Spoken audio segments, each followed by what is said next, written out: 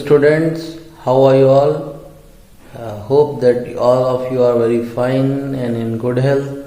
This is Amit Tripathi, your maths teacher, and today we will be studying our first exercise of polynomials. Earlier we have discussed about the introduction of polynomials. So in this lecture we will be studying few questions of exercise 2.1 polynomials of class 9th. So let us begin. Okay students, I have written the question number 1 of exercise 2.1 polynomials. Let us read it out. What is the question? Question number 1. Which of the following are polynomials in one variables and which not?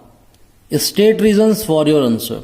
There are 5 questions given in question number 1 and we have to tell which are polynomials in one variable and which are not. If it is not polynomial in one variable, then we have to state the reason for our answer. Okay, let us see the first one. 4x square minus 3x plus 7. Okay, we can see the variable in it. It is only having one variable. Okay, so yes, it is a polynomial in one variable. Now seeing the second one, y square plus square root 2. Yeah, only one variable has been used. Which is that one? It is y. So yes, it is also a polynomial in one variable. Now seeing this one, 3 square root t plus t square root 2. We can also state it as 3 t the power 1 upon 2 plus t square root 2. Now as we can see, the power of the variable t is 1 upon 2. Okay, the power is a fraction. It is not a whole number. So we can say that no, because the reason is that because power of variable, the power of variable is not a whole number. It is not a whole number. Let us see question number 4. Y plus 2 upon y. Now how can we write y plus 2 upon y? 2 upon y. 2 upon y can be written as 2 into 1 upon y.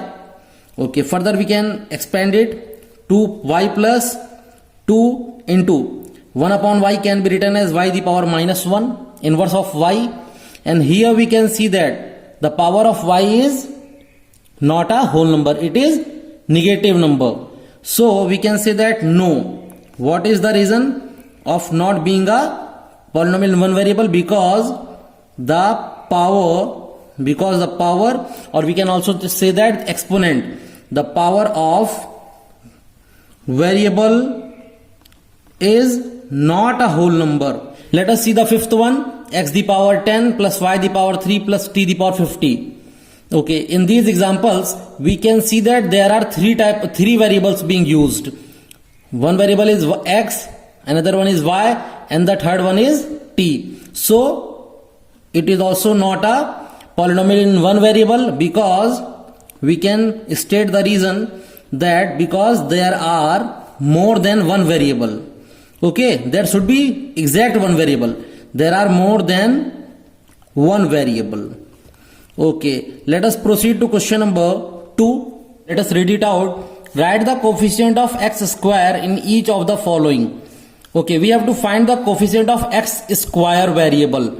Okay, what is coefficient? Coefficient is a constant that is being multiplied with the variable. Here we have to see what is the constant being multiplied with the variable x square. So see here, in this polynomial, x square is multiplied with a constant 1. So coefficient of x square, what is it? 1. Okay, see here, we can see that coefficient of x square, what is being multiplied with x square? It is minus 1. So coefficient of x square is minus 1.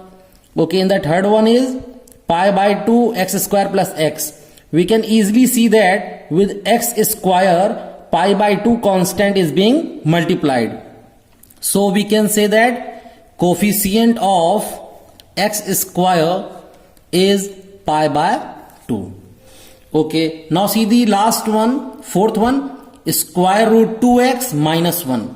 Okay, here we can see that there is no variable x square present, but we can write it as 0 into x square plus square root 2x minus 1. Okay, so we can see that we can write it also it in another form. So we see here that the coefficient of x square is 0 because x square is not present. So coefficient of x square is 0. Let us see question number 3. Give one example of each of a binomial of degree 35 and of a monomial of degree 100. Okay, first we have to give an example of binomial of degree 35. So we can think of any of the binomial. Okay, now binomial means that having two terms. Okay, write it as x the power 35 plus x. Okay, we can also write it as x the power 35 plus 2, means having two terms and the highest power is 35. Okay, highest power is called as degree. I have told you earlier in the introduction part.